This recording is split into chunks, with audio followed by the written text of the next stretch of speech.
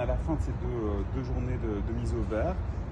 Il y avait une question importante, c'était la question du tronc commun. Qu'en est-il finalement? Qu'a-t-il été décidé lors de ces mises au vert?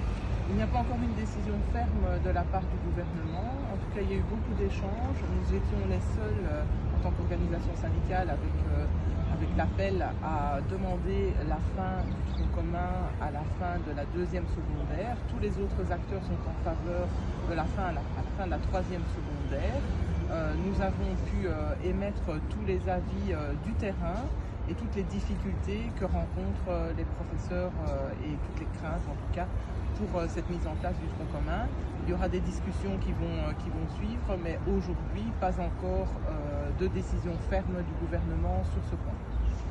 C'est des consultations, on a décidé aujourd'hui de ne pas décider de donner une décision claire. Qu'est-ce qui doit encore arriver? D'autres concertations avec les membres des secteurs, ou est-ce que maintenant c'est la décision uniquement dans les mains du politique? Alors la ministre a tendu les mains, si je puis dire, vers les acteurs de l'enseignement.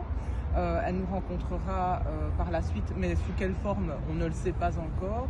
En tout cas, la piste est de réfléchir sur une troisième année orientante.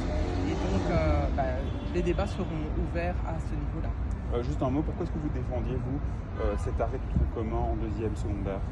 Eh bien, nous avions des affiliés qui nous ont transmis leurs craintes par rapport au stress généré dans les classes par rapport à cette mise en place du tronc commun. Pourquoi? Parce que on voit que déjà dans le fondamental, où c'est déjà implémenté, il y a beaucoup de difficultés à s'approprier les référentiels qui sont très complexes. Au niveau des formations, elles ne sont pas faciles à suivre et donc elles ne sont peut-être pas adaptées aux besoins des membres du personnel à ce jour. Et donc ces craintes se reportent sur le secondaire pour une mise en place future. Donc les réticences par rapport à ce tronc commun sont davantage portées sur les enseignants que sur les enfants?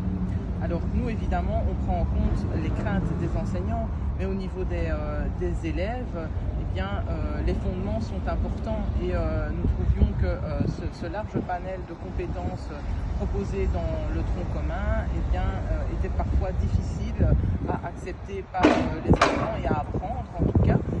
Et donc il fallait vraiment se centrer sur les essentiels et ça c'est une piste qui a été dégagée aussi aujourd'hui, cerner les essentiels pour que les enfants puissent s'y retrouver et réussir par la suite. Une dernière question un peu provocante, à quoi ça sert la mise au vert si finalement il n'y a pas vraiment de décision qui est prise sur ce tronc commun?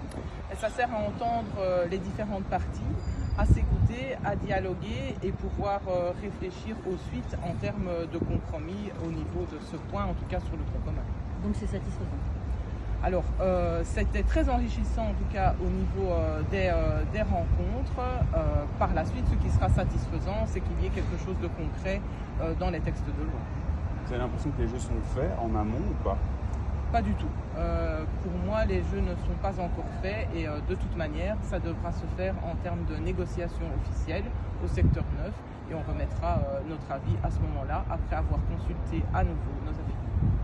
Merci beaucoup. Je vous en prie.